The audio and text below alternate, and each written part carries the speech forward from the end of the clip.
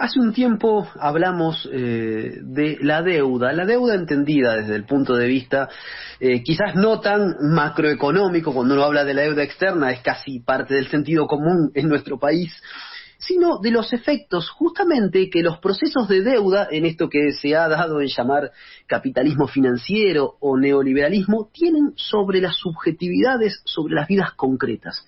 Y mencionamos a Mauricio Lazarato, un filósofo italiano que reside desde hace muchos años en París y que publicó justamente La fábrica del hombre endeudado. Y hablábamos de ese libro y la continuación justamente de esa investigación, de esta reflexión que lleva adelante Lazarato, es gobernar a través de la deuda, tecnologías de poder del capitalismo neoliberal. Y me quiero detener en algunos conceptos, quizás brevemente, obviamente, ¿no? De este libro, de esto que propone Lazarato en torno a las tecnologías de poder del capitalismo neoliberal. En primer lugar, podríamos decir, siguiendo lo que decíamos el martes justamente, que ser racional es ser social, es ser político. Como decía Aristóteles, el ser humano es un animal político. Y la sociedad y la política son grandes máquinas de construir relatos, ¿no? Relatos a un lado y a otro, relatos que atraviesan las grietas y que constituyen las grietas, ¿no? Y uno de los relatos en disputa o en pugna es el relato en torno a lo económico, a el peso que tiene la economía respecto a la política, o si en definitiva la política es la ordenadora de la sociedad. El neoliberalismo dice justamente que hay que reducir al mínimo la expresión del Estado y la injerencia de la política, y que el mercado se ordena solo a partir de esa famosa mano invisible, ¿no? Y en primer lugar, entonces, en este mundo en el que se disputan relatos, en el que la economía está quizás ordenada, o estuvo hasta antes de la pandemia, ese mundo que nosotros hoy idealizamos un poco, pero que ciertamente venía con algunos problemas profundos, el mundo anterior a la pandemia. En ese mundo, decía, prepandémico, esto se estaba justamente discutiendo y viviendo de un modo dramático, digo, la economía en este mundo neoliberal que centra que la riqueza, por ejemplo, casi el 90% de la riqueza hoy está en el 1% de la población. Y entonces, Lazarato se pregunta en Gobernar a través de la deuda, ¿qué son el crédito o la deuda en su sentido más simple, más llano? Y se responde: una promesa de pago, es decir, la promesa de un valor a futuro, promesa, valor, futuro, ¿no? ¿Qué se nos dice muchas veces desde las usinas comunicacionales de ese poder neoliberal y económico a nivel global, ¿no? Se nos dice justamente que tenemos que honrar las deudas, se nos dice que hay que ganar confianza, que los mercados pierden confianza. ¿Y qué hay detrás de este lenguaje muchas veces moral y de esta falta muchas veces con esta ausencia casi de voluntades y con una suerte de automatismo, me parece, ¿no? Muchas veces que hay cuando se presenta la lógica de los mercados. Hay allí, en primer lugar, creo una relación que es la relación no tematizada entre el acreedor y el deudor. Y esa relación, pensemos ese vínculo, acreedor-deudor, con la deuda, constituye, creo, el paradigma subjetivo del capitalismo contemporáneo. Y uno podría pensar que la deuda es un método de disciplinamiento, de domesticación, que, como dice Lazarato, la deuda fabrica, modela y modula al mismo tiempo un tipo de subjetividad. Por eso Lazarato nos pone de relieve algo que traía ya Nietzsche. Nietzsche decía: extraer de la fiera humana un animal manso y civilizado. Esa es justamente la función de la deuda, es decir, construir un animal doméstico, es decir, justamente construir una servidumbre más o menos voluntaria. Por eso la tarea de la sociedad, nos recuerda Lazarato, es la de generar un ser humano capaz de prometer y capaz de fabricar un hombre con un ser humano, digo, con una memoria, dotarlo de una conducta. ¿No? Es muy interesante que el subtítulo del libro diga tecnologías de poder del capitalismo neoliberal. Y aquí me quiero detener, porque en este subtítulo me parece que hay mucho para pensar todavía, ¿no? Es un poco lo que se propone Lazzarato y lo que él propone en otras investigaciones también, ¿no? Tecnología de poder del capitalismo neoliberal. ¿Qué es una tecnología de poder? ¿No? Y en esto recupera a Foucault. La tecnología del poder tiene que ver con producir verdad, con producir relatos y con producir acciones que van junto a esas tecnologías. Por eso Foucault nos habla del yo como una técnica, como una producción. ¿Y en dónde se produce hoy nuestro yo o nuestra subjetividad, para decirlo en términos de Foucault y en términos de Lazzarato? ¿Bajo qué condiciones se produce? ¿Bajo las condiciones de una sociedad que nos somete, que nos obliga, que nos manda? No. Esto es, me parece, la sutileza de los dispositivos de poder del capitalismo neoliberal hoy. Se produce a partir justamente de un gobierno que no es ya el que nos manda y el que nos obliga. De hecho, los gobiernos que implementan cuarentenas y con razones muy justificadas tienen muchos problemas para hacer cumplir esas obligaciones. Y es mucho más simple, mucho más sutil cumplir con los mandatos del mercado que muchas veces cumplir con un mandato de la política, aunque el mandato de la política nos esté cuidando la vida. ¿A qué me refiero con esto? Quizás se va a aclarar un poco con esta cita de Lazzarato. Dice, la relación acreedor-deudor, esta relación genérica que yo estaba mencionando, esta relación que tiene que ver con producir una subjetividad, producir una relación asimétrica entre dos personas, construir una memoria, obligaciones.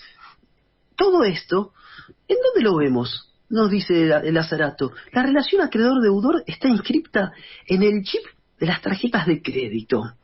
Muy lejos de desaparecer, las llevamos en el bolsillo, como llevamos con nosotros nuestro documento de identidad. Y lo que estamos llevando, agrega, es la relación que tenemos nosotros, personas físicas, pobres, por otro lado, con las finanzas globales. ¿No? Cada compra es un acto financiero, cada compra con tarjeta de crédito, que moviliza el crédito y la deuda. La tarjeta de crédito abre las puertas de la sociedad de consumo y al inducir, alentar y facilitar la compra, arrastra al consumidor deudor al círculo vicioso, ya no simplemente de la creencia, sino de la excitación y de la frustración. Juli, ¿puedo preguntarte algo? Sí. Porque estamos hablando de acreedor-deudor Sí. y obviamente seguramente a todos se nos viene a la cabeza el préstamo del FMI, que es como no, pero digo, también la globalización y el mercado que se ordena solo y toda la zaraza que nos quieren hacer creer. El relato. Y bien que la decís esa palabra. Y el relato también nos ha hecho creer que cuando no se puede pagar la deuda, motivos X, supongamos, la culpa solamente es del deudor.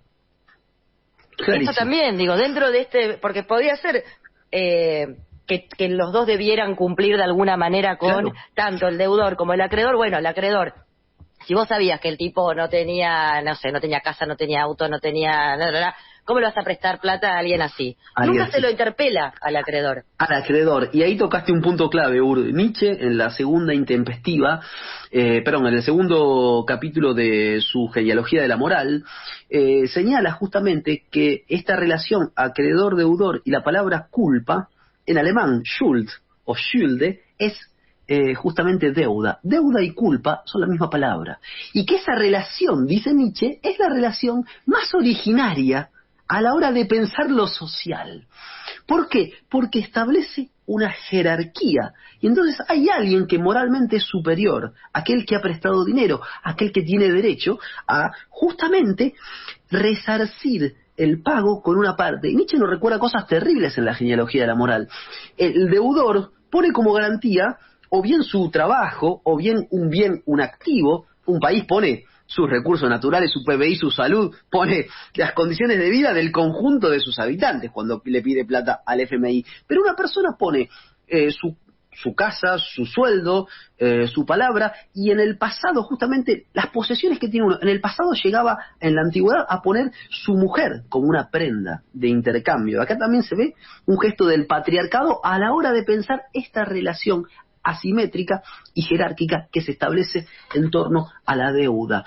Y siguiendo justamente, se trata, me parece, en lo que está justamente planteando Lazzarato, de tratar de pensar qué hay detrás del surgimiento de esta subjetividad que se excita o se deprime a partir justamente del consumo, porque lo que está tocando, me parece, Lazzarato, aquí, a partir de esta reflexión, es que gobernar ya no significa someter, mandar, dirigir, ordenar, sino que se trata de algo interesante, como lo está pensando Lazzarato, de condicionar un medio que lleve a los individuos a reaccionar de una manera o de otra, ¿no?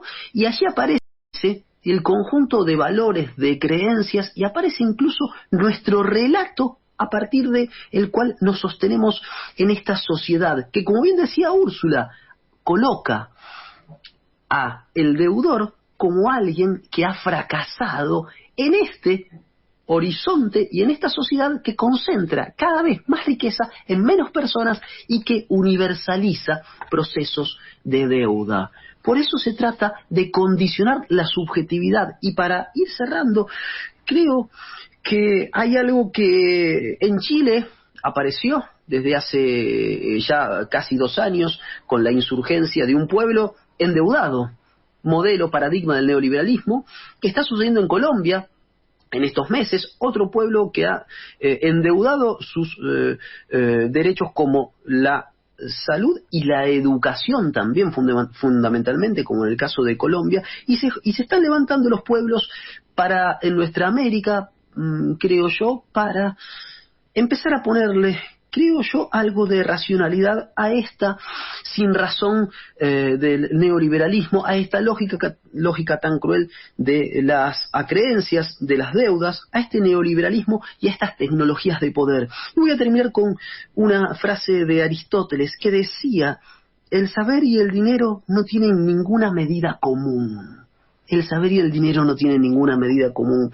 Por eso me parece que el crédito tomado y los plazos de reembolso, y de esto los argentinos, las argentinas, les argentines sabemos y mucho, el crédito tomado y los plazos de reembolso constituyen un precio para acceder a la vida y para acceder a la ciencia y a la verdad, que, como todos sabemos, la ciencia, la verdad y la vida no tienen intereses económicos, o no deberían tener intereses económicos detrás. Por eso creo que es momento de, por lo menos, empezar a pensar qué tipo de subjetividad habíamos construido antes del momento pandémico, por lo menos para cuando pase este instante de tanto dolor, no regresar a eso y, en todo caso, empezar a recuperar algo de todo este tiempo perdido.